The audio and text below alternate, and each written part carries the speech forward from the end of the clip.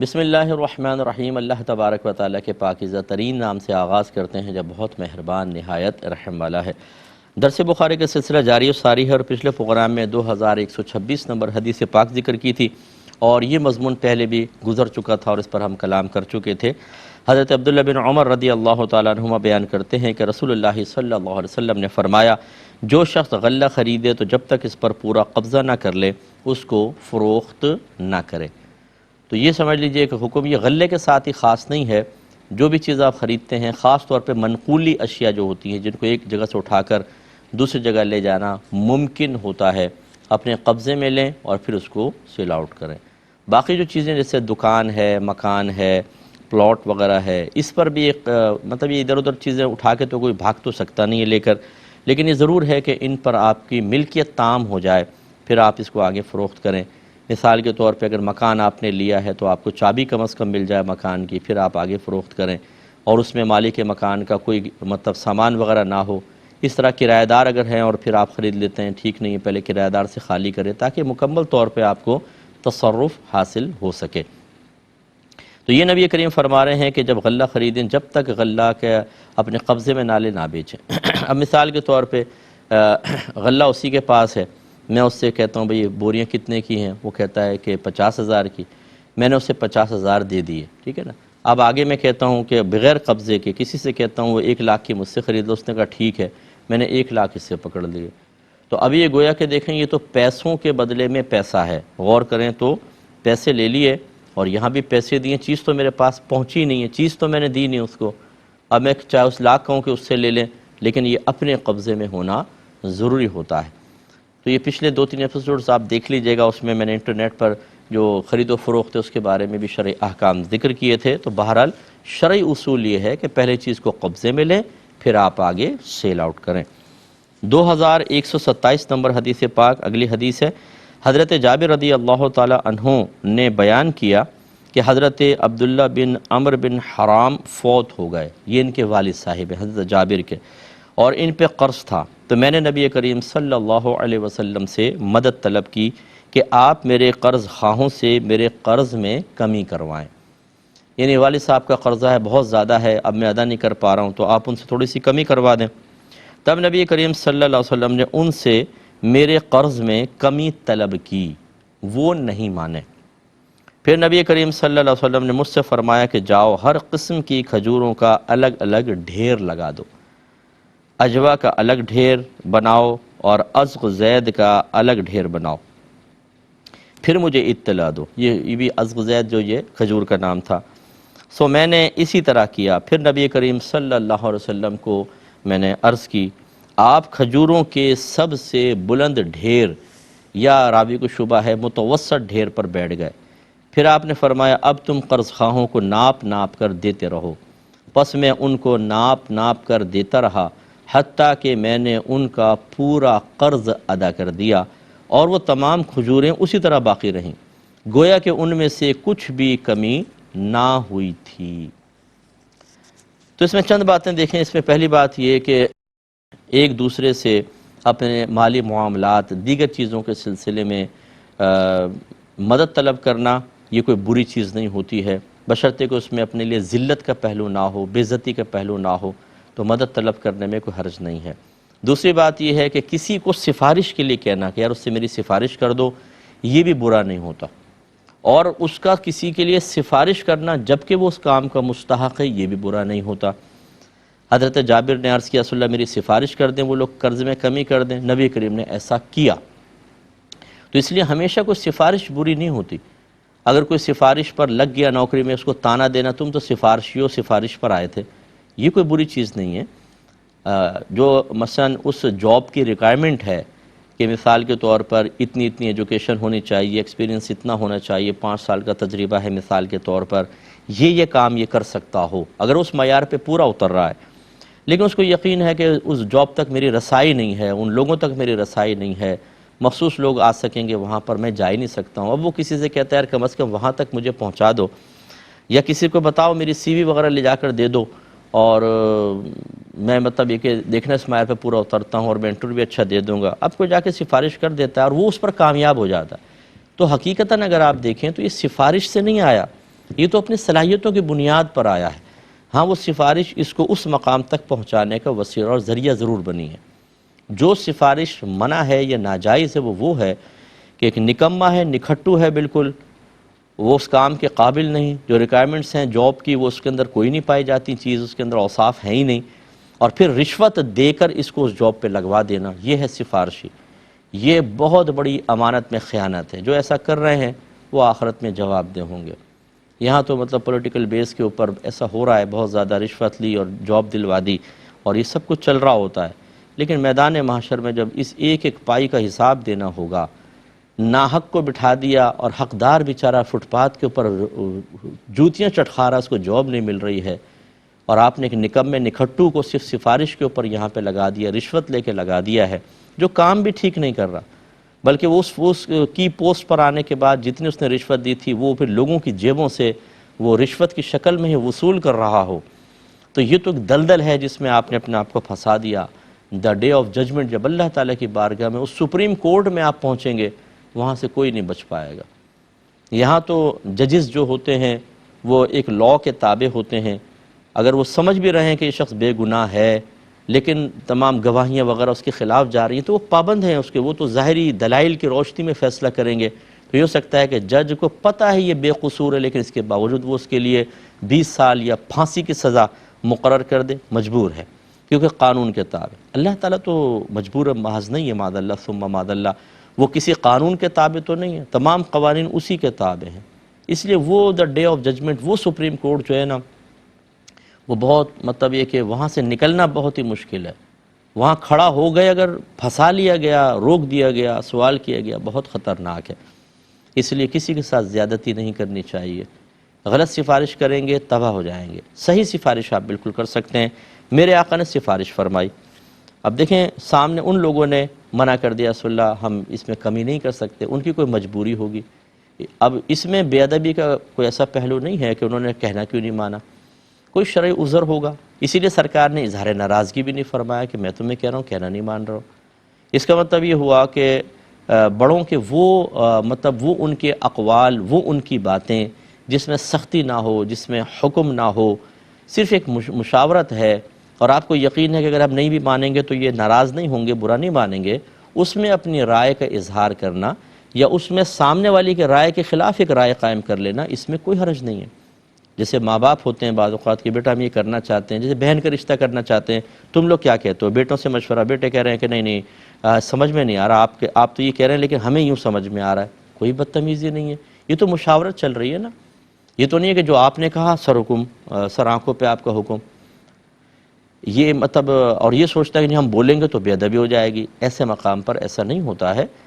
ایک تو حکم ہو خاص، ایسا تمہیں کرنا ہے، میرا حکم ہے، اب مجال انکار نہیں، یا پھر آپ کو یقین ہے کہ اگر ہم رد کریں گے تو ڈس ہارٹ ہو جائیں گے، دل آزاری ہوگی، ناراضگی بڑھے گی، اس میں اطاعت کا پہلو ہو سکتا ہے، بشرطے کہ کوئی ناجائز چیز کا حکم نہ ہو۔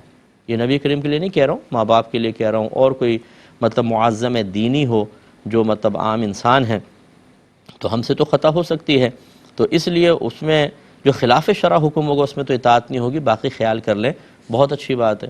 تو یہ پوائنٹ ذرا ذہن میں رکھیں۔ یہ نہیں ہے کہ کوئی اگر مطلقاً کسی بات کو رد کرتا ہے، کسی بڑے کی تو ہم اسے فوراً بدتمیز کہہ دیں، بے ادب کہہ دیں، گستاخ کہہ دیں، ایسا نہیں۔ پہلے یہ تعین کرنا ہوتا ہے کہ وہ بات کس قسم کی ہے، وہ حکم کس قسم کا ہے، اس کا نتیجہ کیا مرتب ہوگا، اتنی سوچ سمجھ ہونی چاہیے۔ جس میں نہیں ہوتی آپ دیکھیں وہ پھر اسی طرح بغیر سوچے سمجھے کسی کو گستاخ، کسی کو بے ادب کہہ رہے ہوتے ہیں۔ اللہ تعالیٰ سمجھ کی توفیق عطا فرمائے۔ تو وہ نہیں مانے۔ پھر نبی کریم صلی اللہ علیہ وسلم نے مجھ سے فرمایا، اب سرکار نے اظہار کرم فرمانا چاہا تو ایک معجزے کا اظہار فرمانا چاہا۔ اگر میرے آقا صلی اللہ علیہ وسلم چاہتے تو میں قسم کھا کے کہہ سکتا ہوں سرکار یہیں بیٹھے بیٹھے فرماتے جاؤ تمہاری کھجوریں بڑھ گئیں دے دو، اور بڑھ جاتی۔ میرے آقا وہاں جا کر ان پر بیٹھنے کے کوئی محتاج نہیں تھے، لیکن میرے آقا صلی اللہ علیہ وسلم کا ہم نے جو طریقہ دیکھا، آپ کا مزاج دیکھا، وہ یہی کہ آپ یہ نہیں چاہتے تھے کہ میں ایسا طرز عمل اختیار کروں کہ کوئی حضرت عزیر یا حضرت موسیٰ یا حضرت عیسیٰ علیہ السلام کی مثل مجھے میرے بارے میں الہ ہونے کا یا خدا کے بیٹے ہونے کا دعویٰ کر دے۔ یہ نبی کریم صلی اللہ علیہ وسلم محبوب نہیں رکھتے تھے، اس لیے آپ نے بغیر اسباب ظاہریہ کے اکثر جو ہے وہ معجزات کا اظہار کرنا پسند نہ فرمایا۔ اس کی ایک اور مثال دیتا ہوں، اس کے ساتھ ساتھ پہلے وہ مثال دیکھیں۔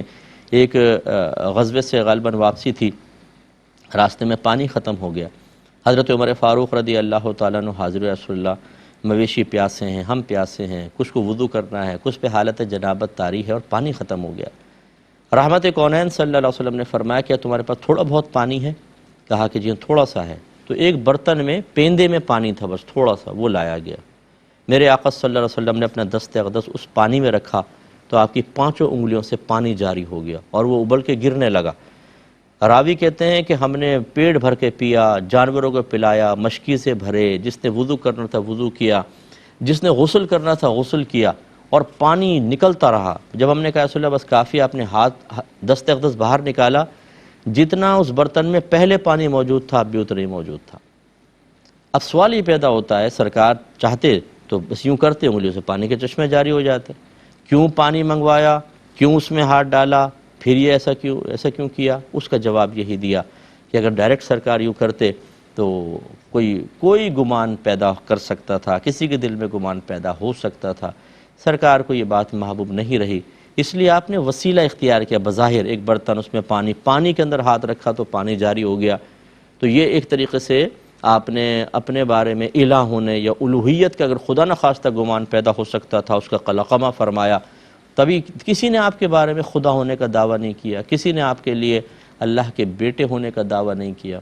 ایسے ہی یہاں ہے، میرے آقا چاہتے تو صرف دعا کر دیتے، برکت پیدا ہو جاتی، اشارہ فرما دیتے، برکت ہو جاتی، لیکن خود تشریف لے گئے اور ڈھیر پہ جا کر بیٹھ گئے۔ کھجور پر بیٹھ جانا تو یہ بظاہر ایک رزق کے اوپر بیٹھ جانا ہے، لیکن معلوم یہ ہوا کہ چونکہ نبی کریم صلی اللہ علیہ وسلم تشریف فرما ہوئے، جلوہ فروز ہوئے، اس کا مطلب یہ ہوا کہ ضرورت کے تحت اگر اس طرح کی چیزوں پر چڑھ جائے آدمی یا بیٹھ جائے تو اس میں بے ادبی کا پہلو نہیں ہوتا ہے۔ لہٰذا آپ نے دیکھا ہوگا گندم کی اگر جیسے گودام میں ہے تو بعض اوقات آگے جانے کے لیے گندم پہ چڑھ جاتا ہے بیچارے مزدور، یا بوریوں پر رکھنی ہوتی ہے تو گندم بہت سی تو گر جاتی ہے زمین کے اوپر، اس پہ چلتے ہوئے جا رہے ہیں اور وہ بوریاں ادھر رکھ رہے ہیں، تو یہ نہیں کہیں گے کہ تم رزق پہ چڑھ گئے ہو، تم یہ گناہ کر دیا تم نے بہت بڑا۔ تو یہ مجبوریاں ہوتی ہیں، کیونکہ کیا اب وہ بار بار ہر دفعہ آ کے پہلے جھاڑو دے، راستہ کلیئر کرے، پھر بوری لے کے جائے رکھے، پھر واپس آئے تھوڑی سی گر جائے پھر آ کے جھاڑو دے، تو یہ تو تکلیف، بہت بڑی تکلیف میں اور حرج میں مبتلا کرنا ہوگا۔ تو بہرحال ضرورت کے تحت ایسا کرنا شرعاً جائز ہے۔ نبی کریم صلی اللہ علیہ وسلم ڈھیر پر تشریف فرما ہوئے اور فرمایا ان کو ناپ کے دیتے رہو، جس کا جتنا ہے قرضہ اتنے دیتے جاؤ، لوگ وہ دیتے رہے حتیٰ کہ سب کا قرضہ ادا ہو گیا اور کھجوریں بھی باقی رہیں۔ اس کا مطلب یہ ہوا کہ معجزہ ہوتا ہی وہ ہے کہ جو کسی کو مطلب اس کی مثل لانے سے عاجز کر دیتا ہے۔ تو اس زمانے میں کوئی ایسا نہیں ہو سکا، کوئی ایسا کر نہ سکا کہ جو نبی کریم صلی اللہ علیہ وسلم نے خلاف عادت کام دکھایا اس کی مثل لا کر دکھا دیں۔ یہ نبی کی نبوت پر زبردست دلیل ہوتی ہے۔ ہر نبی پر مطالبے پر اظہار معجزہ لازم ہوتا ہے، یعنی اگر قوم کہتی ہے کہ اگر آپ نبی ہیں تو معجزہ دکھائیں، تو نبی پر لازم ہے کہ معجزہ دکھائے، اور وہ معجزہ عربی کے ورڈ ہے، اس کا معنی ہے عاجز کر دینے والا۔ تو وہ ایسا عمل کر کے دکھاتے ہیں کہ اس کی مثل کر کے دکھاؤ، جب نہیں ہے تو اس کا مطلب ہے کہ یہ عام آدمی تو نہیں ہوئے، کیونکہ حقیقتاً معجزہ نبی نہیں کر رہا ہوتا، وہ اللہ کر رہا ہوتا ہے، وسیلہ اپنے نبی کو بناتا ہے، نبی کے ذریعے وہ خلاف عادت کام ہو رہا ہوتا ہے۔ تو یہ ان کی نبوت پر زبردست دلیل ہوتی ہے۔ اور یہ کیوں ہوتا ہے؟ اس لیے کہ سامنے والے کو آخرت میں مجال انکار نہ رہے۔ اگر انبیاء علیہ السلام اظہار معجزہ نہ فرمائیں تو کوئی ہو سکتا ہے آخرت میں جا کر کہے کہ جی وہ تو ہماری طرح انسان تھے، کوئی ایسی چیز تو نہیں دکھائی کوئی الگ ہٹ کر کہ جو ہم سمجھتے کہ بھئی ہاں عام آدمی نہیں کر سکتا، اللہ کا نبی ہی کر سکتا ہے، تو ہم ان پہ ایمان لے آتے۔ تو یہ یعنی سمجھ لیں اتمام حجت ہے، دلیل کو مکمل کرنا ان کے خلاف دلیل کو، کہ اب کوئی مجال انکار ہے، کس چیز کا انکار کر رہو مان لو۔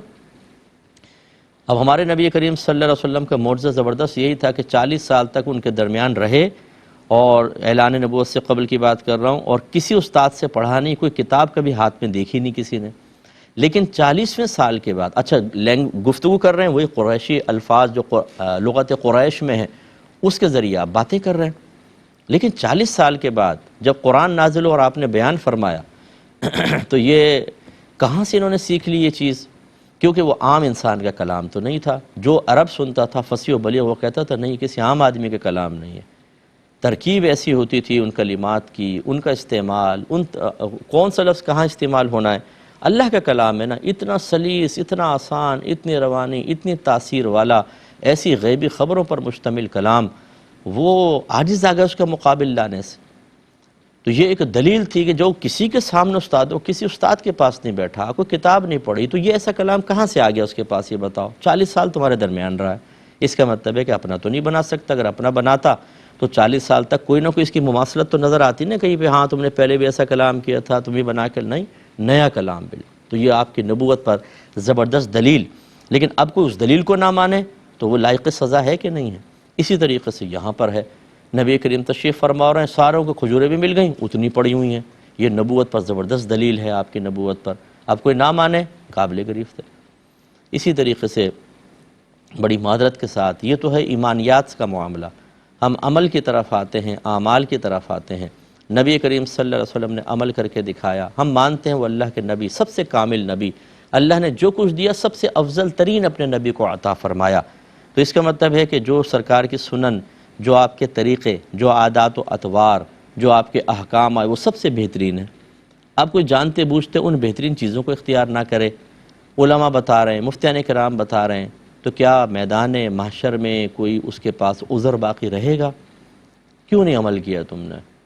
اگر آپ کہتے ہیں جوانی تھی، اگر آپ کہتے ہیں زمانہ بدل گیا تھا، اگر آپ کہتے ہیں فلاں نے اجازت نہیں دی، میرا وہ ماحول، یہ ماحول، تو ہمارے ہی اطراف میں، ہمارے ہی درمیان کچھ ایسے لوگ ہوتے ہیں جو ہمارے ہم عمر ہوتے ہیں، ان کے ساتھ بھی وہی پرابلمس ہوتی ہیں جیسے ہماری، لیکن وہ ہمت کر کے عمل کرتے ہیں، ہم پیچھے رہ جاتے ہیں. تو پھر میدان محشر میں جواب نہیں چلے گا، وہاں یہ بہانے عذر نہیں چلیں گے. اللہ تعالیٰ ہر دور میں بہت سے ایسے لوگوں کو رول ماڈل بنا کر رکھے گا جو انبیاء علیہ السلام کے طریقے پر چلیں گے. اور جب کوئی اپنا عذر پیش کرنے کی کوشش کرے گا، جی میں تو کیا کرتا ایسے ماحول میں تھا، یہ بھی تو تمہارے اسی ماحول میں تھا، یہ کیسے نیک ہو گیا، یہ نماز پڑھتا تھا تم نہیں پڑھتے تھے، یہ گالیوں سے رکتا تھا تم نہیں رکتے تھے، یہ نشے سے رکا تم نے نشہ کیا، یہ لڑکیوں کی طرف مائل نہیں ہوا تم مائل ہوئے، اس نے اپنے ظاہر کو بعمل بنایا تمہیں کون سی مصیبت آ گئی تھی، اس نے اپنے ظاہر کو بعمل بنانے میں، دین پر چلنے میں لوگوں کی مخالفت کا سامنا کیا، انہوں نے ہرٹ کیا، تکلیف دی، اس نے صبر کیا، مقابلہ کیا، تمہاری وہ ہمت کہاں چلی گئی تھی؟ تو ایسا کوئی عذر پھر نہیں پیش کر سکتے. تو بہرحال نبی کریم صلی اللہ علیہ وسلم کے معجزہ ظاہر ہوا، اور حضرت جابر رضی اللہ تعالیٰ عنہ کو کھجوریں مل گئیں، ان کو مل گئی. اب آپ دیکھیں اس کا مطلب یہ ہوا کہ اللہ تبارک و تعالیٰ، یہ بھی ایک پوائنٹ بڑا توجہ طلب ہے، اللہ بڑا قادر مطلق ہے. اس نے دنیا میں وسائل اور ذرائع ضرور مقرر کیے ہیں لیکن وہ ان کا محتاج نہیں. اس طرح انشاءاللہ زندگی رہی تو نیکسٹ پروگرام میں اس پوائنٹ پہ کو بیان کریں گے، پھر اگلی حدیث کی طرف چلیں گے. وآخر دعوانا ان الحمدللہ رب العالمین.